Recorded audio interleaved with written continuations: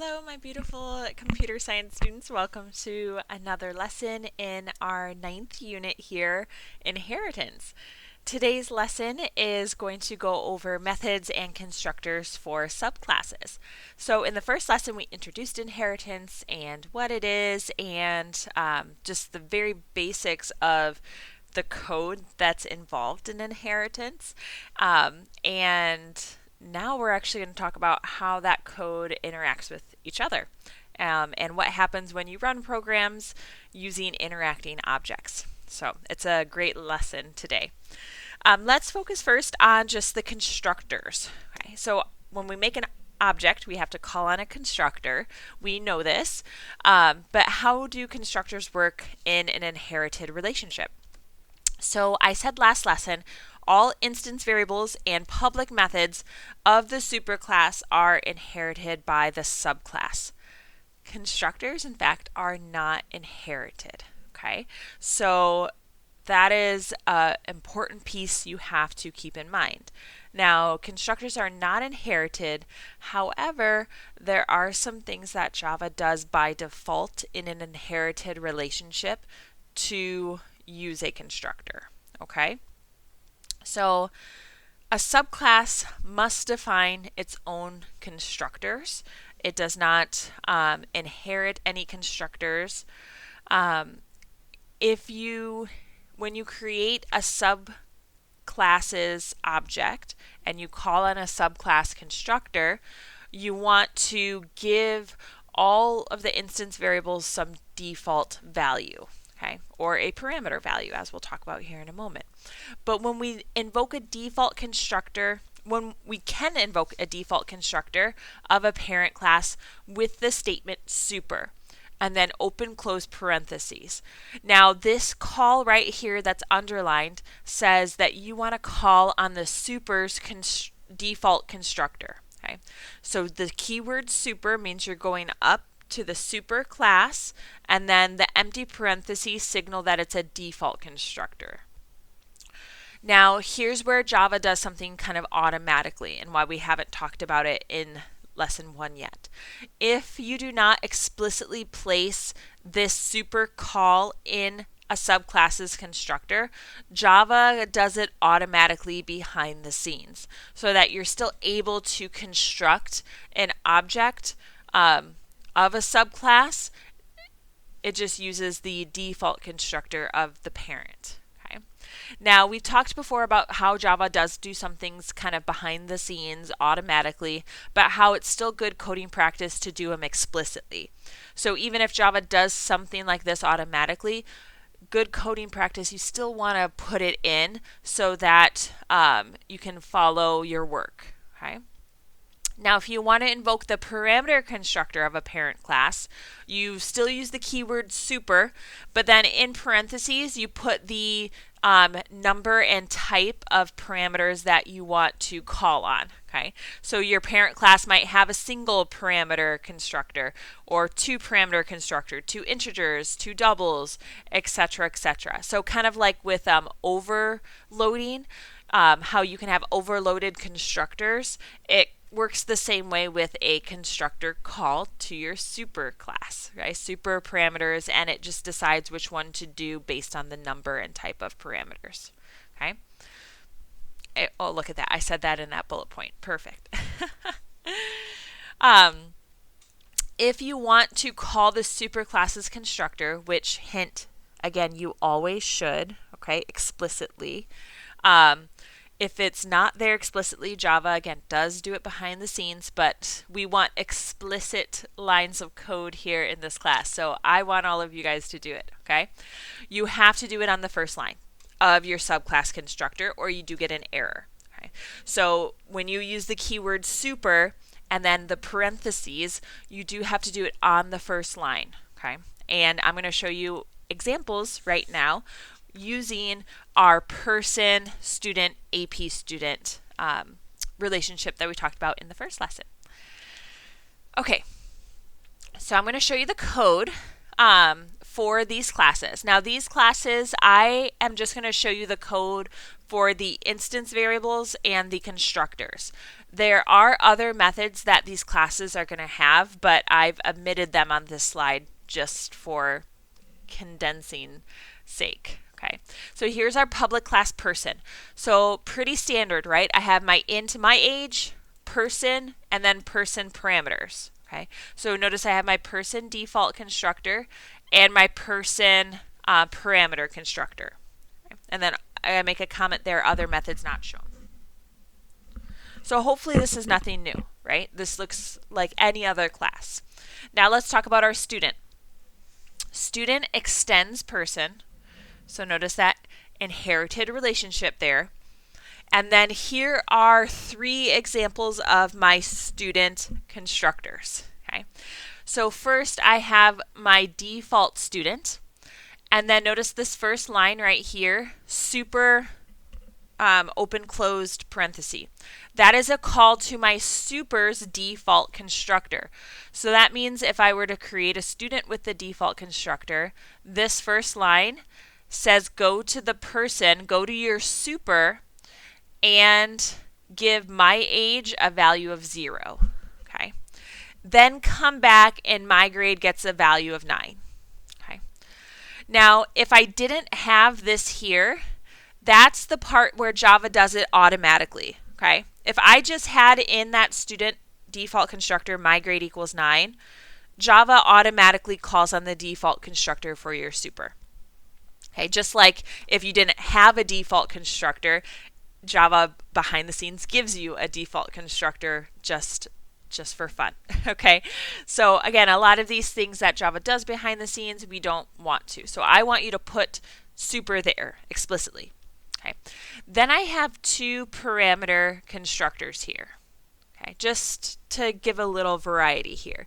One accepts a single int, one accepts 2 integers. So notice in this one, again, I call on the super's default. Okay, so this would go to the super's default right up here. Sorry, I'm a little messy today with my lines, but hopefully you guys follow there. So super, that's my person, and go to their default constructor. So my age would be 0, and my grade gets the value of x. So whatever I put it in parentheses to construct that student object, that's going to actually be my grade. Okay. This constructor here, now look at this, super, and then in parentheses I put x.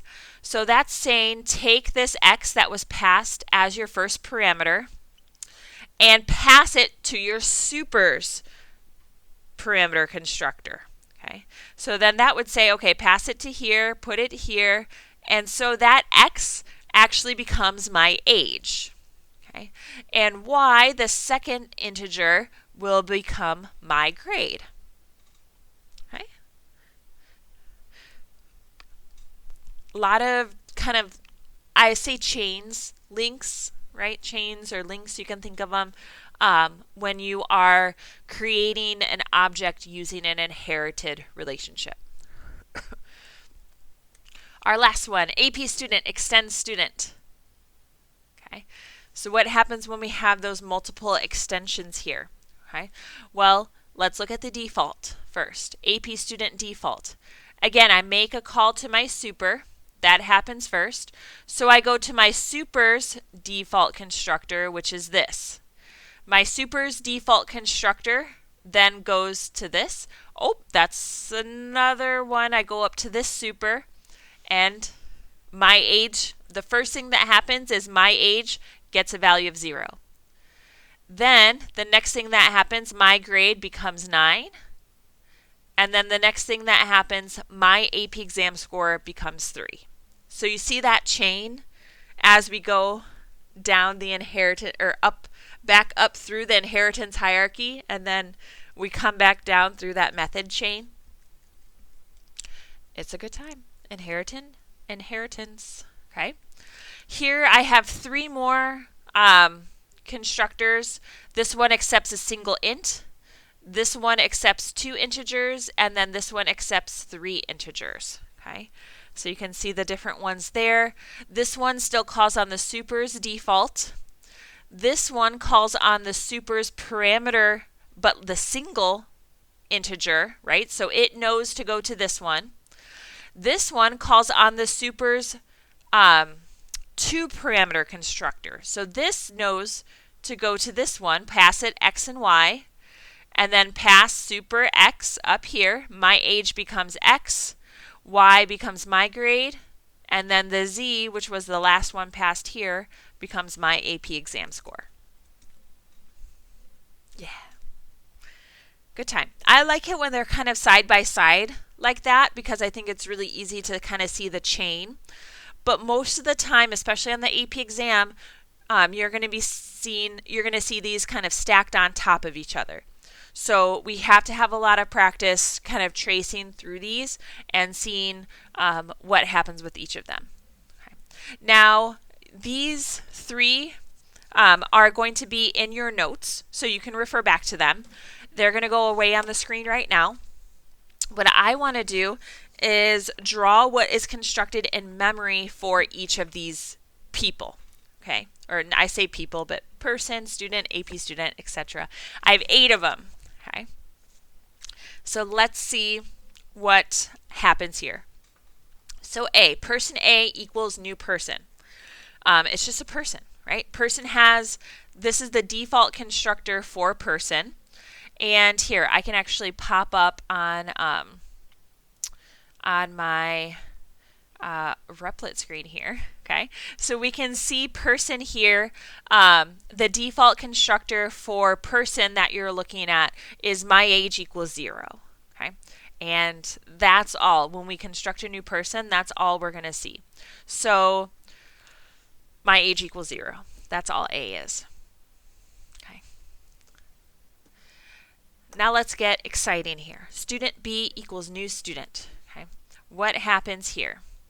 Got to make sure I pop up on the screen. Okay, let's go over to Replit. So student, I'm calling on the default constructor for student right here. And again, it's going to make a call first to super default. Okay, so super default was over in person. This was my person. So my age is going to be 0. And then after that, my grade is going to be 9. Okay, so I'm trying to highlight that there so you can kind of see each of those, but that's what's going to appear. My age equals 0, my grade equals 9. Okay. Default constructors. Okay. What about the parameter constructor? So student C equals new student 10. So I'm using a parameter constructor now. Parameter constructor for student is the single parameter constructor is this right here, right? Where x is actually going to be equal to my grade. So my grade is going to get the 10, okay? But that's after my super call. My super default constructor, again, this is my super default. My age equals 0. So my age equals 0, my grade equals 10 for that one. Okay. I won't always switch back and forth, but just for a couple of these. Okay. So student D. So look at student again. Look at student. I got to make sure. I have so many windows now. I got to make sure I have all of them lined up appropriately. Okay, so we're back at it here. Student D equals new student 1611. So this is using the excuse me, the 2 parameter constructor for student. When I start talking too fast, I get a little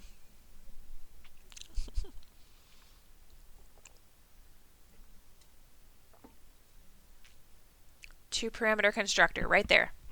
So x, which is the first parameter, is actually going to be passed to the super. Okay? And the super's parameter, right, x becomes my age. So that first number, which is going to be 16, is going to be the age of the student. And then y, the second parameter, which is 11, is going to be the my grade. Okay.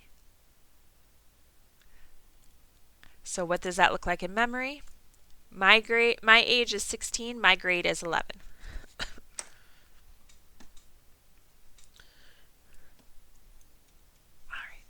And then the next 4 are all going to be AP students using one of each of those AP student constructors. Okay, so if you want to pause and try these in your notes and then press play to see if you get the correct answer, go for it.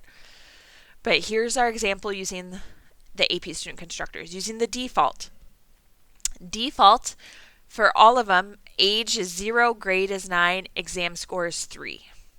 Okay, make sure you can trace through, you go through all of the default constructors for AP student. For the AP student with one parameter, you go to your super's default. So that's a my age and my grade of 0 and 9. But then that 5 represents your AP exam score in that constructor. With your 2-parameter constructor, this first one, okay, the 12 gets passed to your super X, okay, and maybe this is a good one to bring up the replit screen and trace through this one. Okay, so AP student, we're using the double one here. Yeah, X is 12, Y is 1. So X is 12, Y is 1. So my AP exam score is going to become a 1. Okay. But what happens to the X? So 12 is X. So super 12. So that means I go to student. Go to student. I go to the 1-parameter constructor. And it says that parameter that I pass it, 12, is going to become my grade. And then before that, I would call on the super's default. So my age would be 0, my grade would be 12, and my AP exam score would be 1.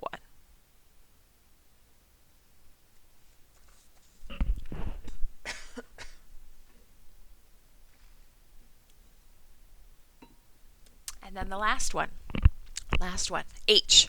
17, 12, 4. That's using the 3-parameter constructor for AP student. Okay, calling on the super with the X and the Y. And then the X gets passed back to the person constructor. So my age becomes 17. My grade becomes the Y, which is 12. And then my AP exam score becomes the 4.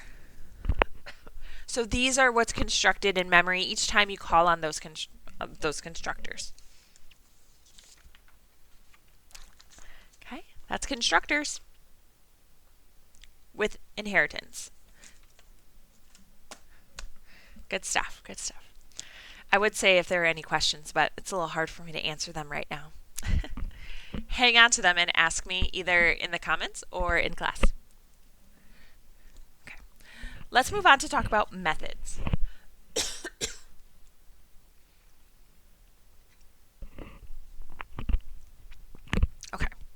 So we say all instance variables and all public methods are inherited from a super to a sub. So since student extends person, any student object will have the my age and the my grade, right? They have those 2 properties. We just kind of went over that when we were constructing them.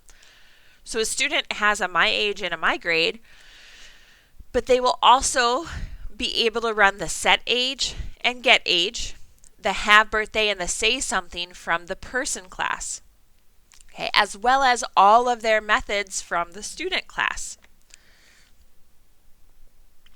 So the student can run any of person's methods, which is important because the my age was a student property, okay, or excuse me, sorry. The my age was a person property and it was private, okay? So private and public instance variables are inherited, right? But private instance variables, you still have to use the methods to get a hold of them, right? Now, something we're going to talk about a little bit in this lesson, but a lot more in our polymorphism lesson, is the say something class.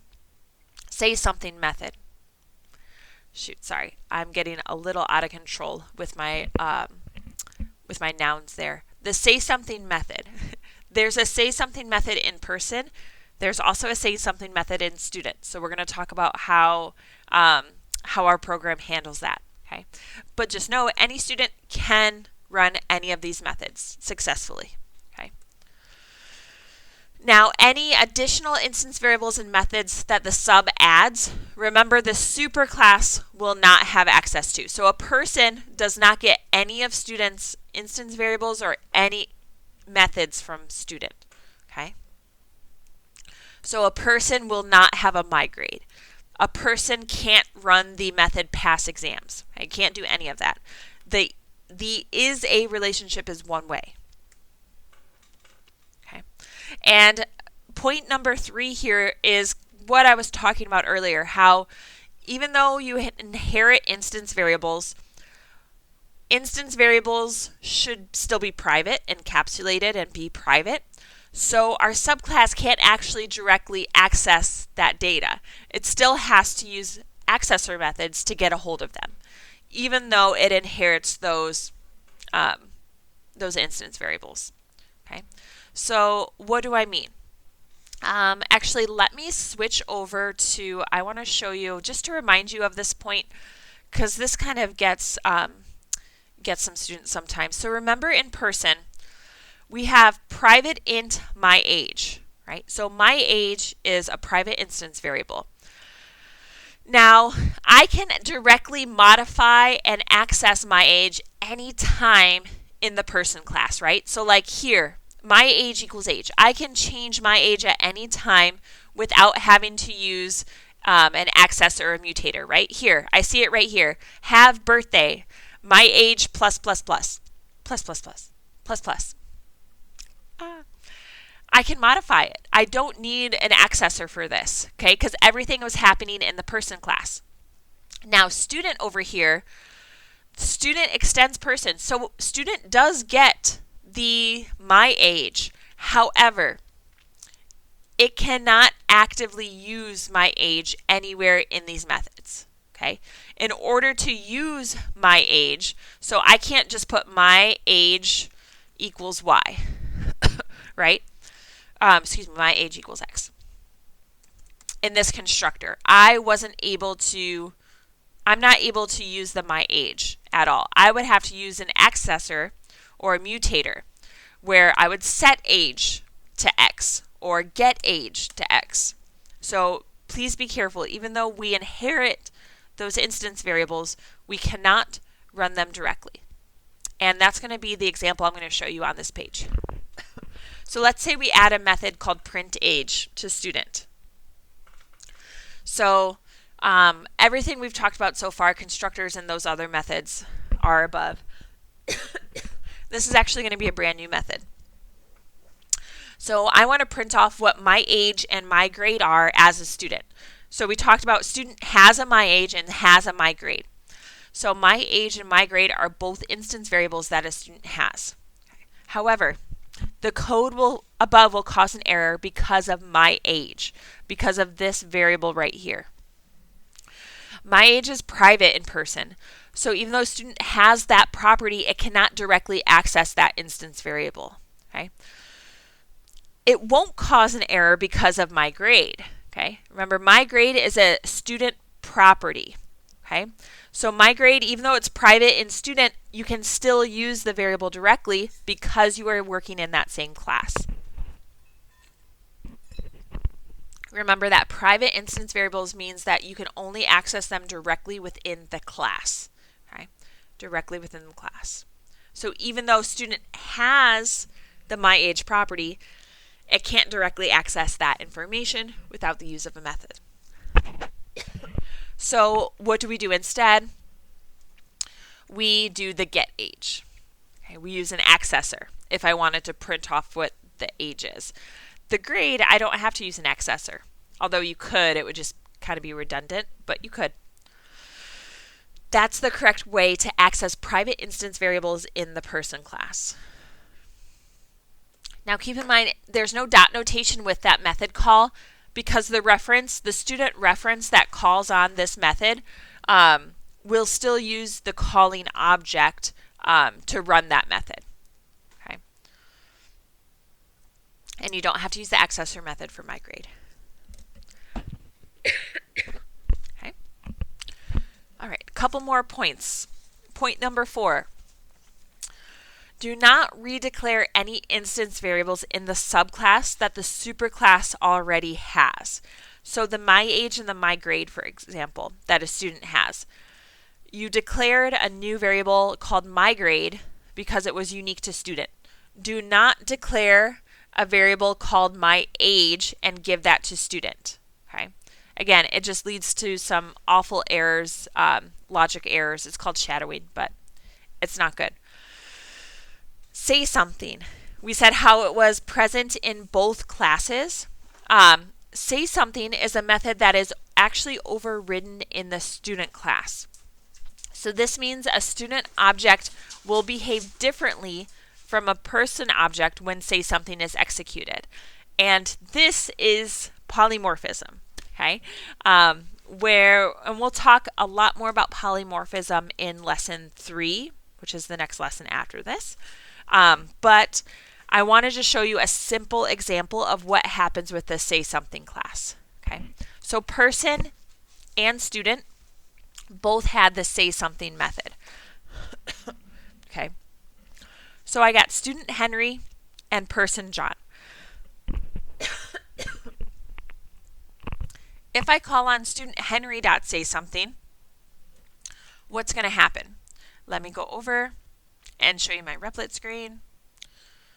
Student Henry.saySomething. Okay, student Henry.saySomething, because student Henry is a student first, the program is going to go to the student class and it's going to look for the say something method.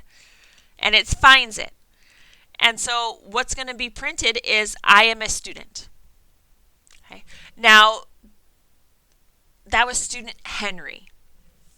Person John, okay, is a person first. So person John, it'll go to the person class and look for the say something method. And it's going to find it there and it's going to say I am a person. Okay. So even though student inherits this say something, student is going to run its own version of say something. Okay? It basically overrides the person's say something class or say something method. So this student Henry.saySomething says I am a student. Person John.saySomething will say I am a person. And that's a brief introduction into polymorphism. But again, we'll talk more about that next class. Next lesson. 2 more points. A subclass can only extend a single super. So this is illegal. AP student extends person. Can't have that. You can only have one extends, and you can only extend a single class. Okay. A super can have as many subclasses as you need. As you need. So AP student, for example, by extending student, also inherits all of person's properties and methods as well. Okay.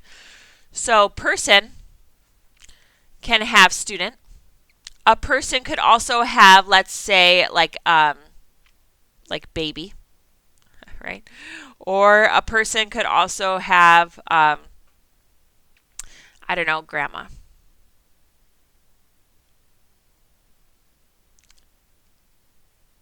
Right? So all of these can be from the person class. Okay? So you could have as many children as you want, but there's only one parent allowed, essentially. Okay. Let's put it all together. So If you are in class, you have access to this document where I have printed off all of the person, student, and AP student classes and methods and constructors and all of that. So you'll want to have it out so that you can reference it. Okay. On the video right now, I'm going to be running lines of code and talking about basically what happens in this inherited relationship. Okay, how is the code interacting? Some of the lines of code I'll be switching over to Replit, and I'll show you exactly what happens and trace through the student, person, AP student classes. And sometimes I won't be. Sometimes you'll just have to look at this worksheet and kind of trace through on your own. Some of the lines I'm about to show you are illegal syntax because I like to keep it fun, right? So not everything is correct. So if it's incorrect, let me know why it's incorrect. If it is correct, tell me what happens, okay? Excuse me.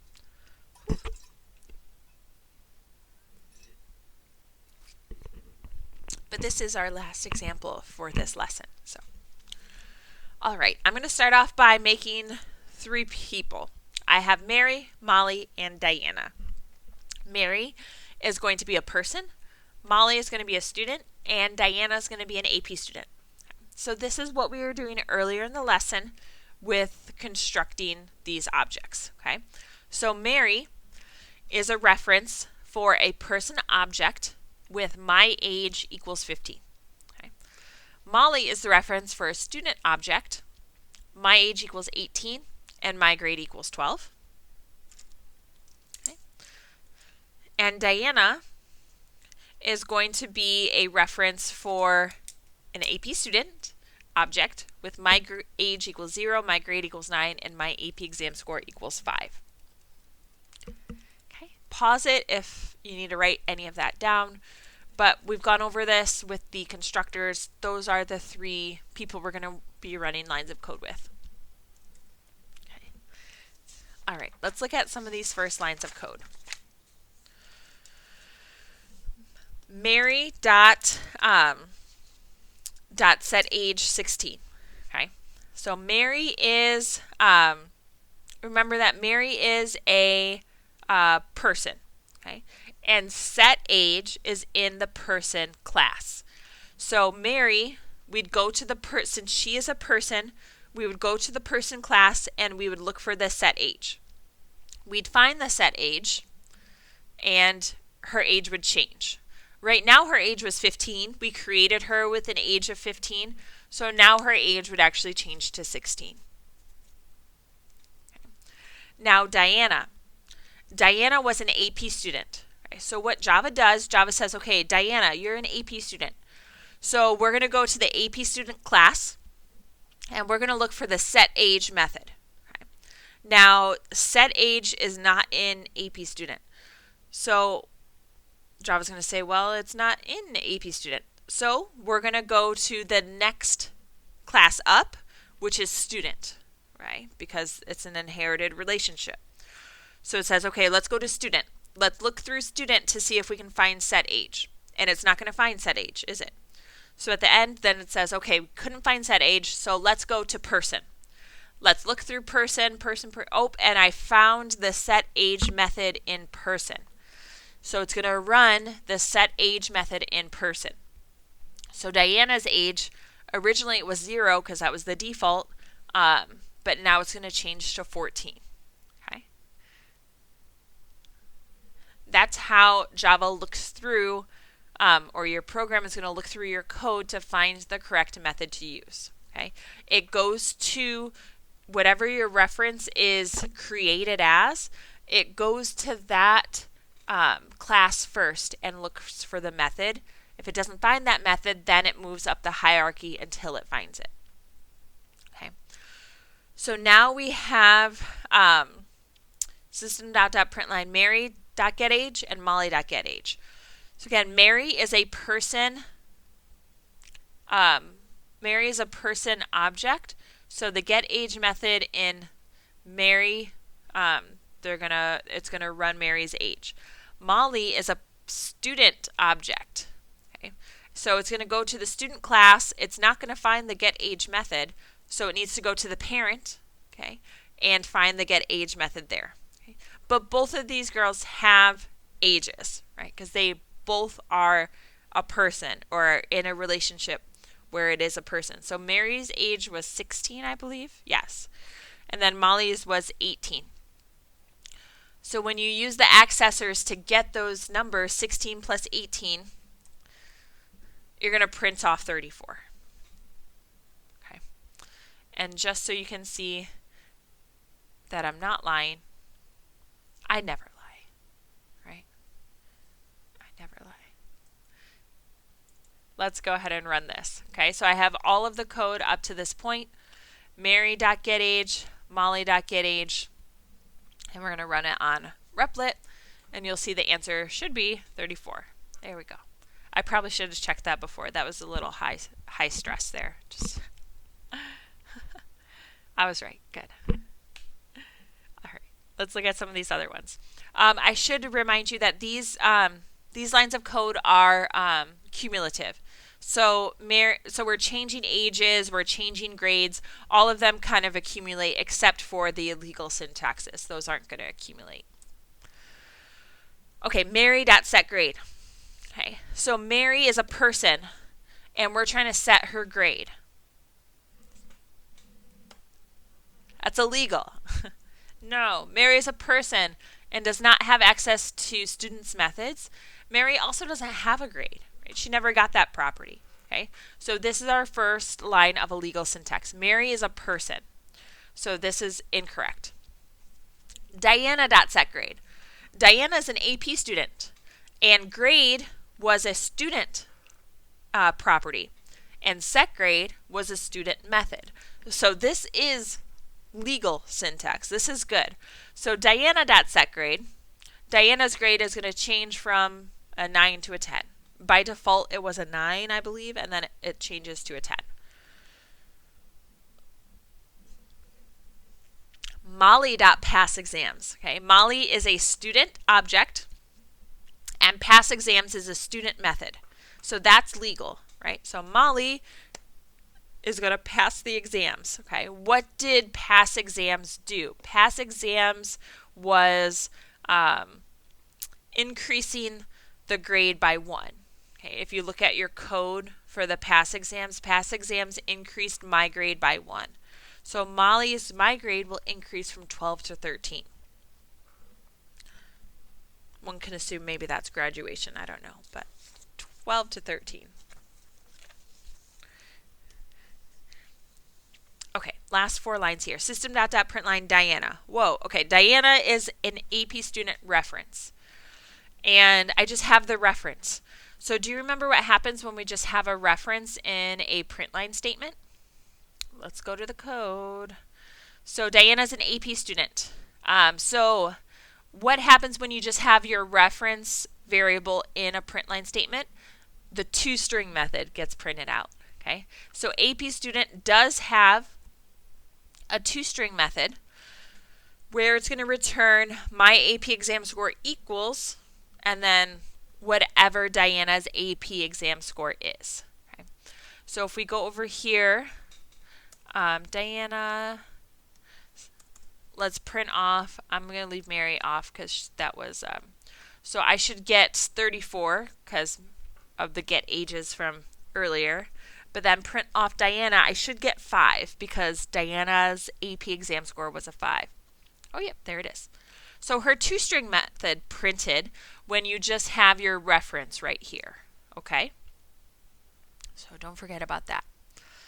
What happens if you don't have a toString method defined? Well, remember, maybe you do, maybe you don't. The memory address of Diana would have gotten printed. And why the memory address of Diana got printed is actually because of an inherited relationship with the object superclass, which we're not going to talk about till lesson 7. So we'll get to that. But that is coming up.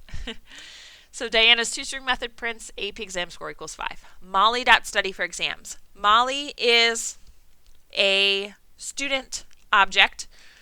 Study for exams is an AP student method. that does not mix. This is also illegal syntax because Molly is a student object and does not have access to any of AP students' methods. Okay. No good. Diana.say something. Okay. Diana is an AP student. Okay. So because Diana is an AP student, we go to the AP student class and we look for the say something method, and we're going to find a say something method. It says I am an AP student. Okay. So even though every class had a say something method, because Diana is an AP student, we go to that class first and look for the say something method there first. Okay. Go to that class first. All right. And then this last one, what happens? Diana.getGrade, Molly.getGrade, and Mary.getAge. Okay. So Diana's grade is currently 10, Molly's grade is currently 13, and Mary's age is currently 16. Okay. So if you would have kept track of all of that as we went through each line of code, this is what you get. Let me show you the Replit screen. Okay, so we're going to leave off.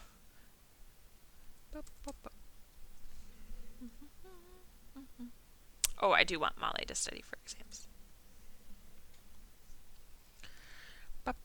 Okay, but we won't have Diana say something. So that last line of code, Diana.getGrade, Molly.getGrade, Mary.getAge. So using all of those accessors. Ooh, sorry, should I not have had Molly? Oop. Yes. So there it is. It actually called me out. I accidentally uncommented it when it was an error. So variable Molly is student, and study for exams is not in student. It's an AP student. Sorry. So I will comment that back.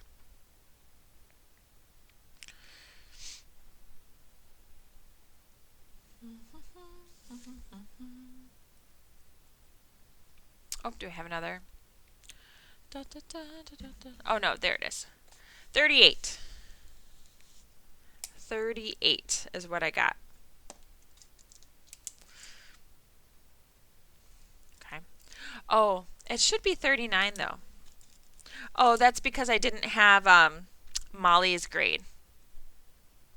Yeah, I had Molly.pass exams. Ah. Now I should get 39. I forgot to add in that line because we changed that earlier. Molly.pass exams went from a 12 to a 13. So I got Diana's 10, Molly's 13, and Mary's 16. 10 plus 13 plus 16 is 39, and that's what gets printed off right here. Perfect. It all worked out in the end. Love when it works out in the end. Printed off 39.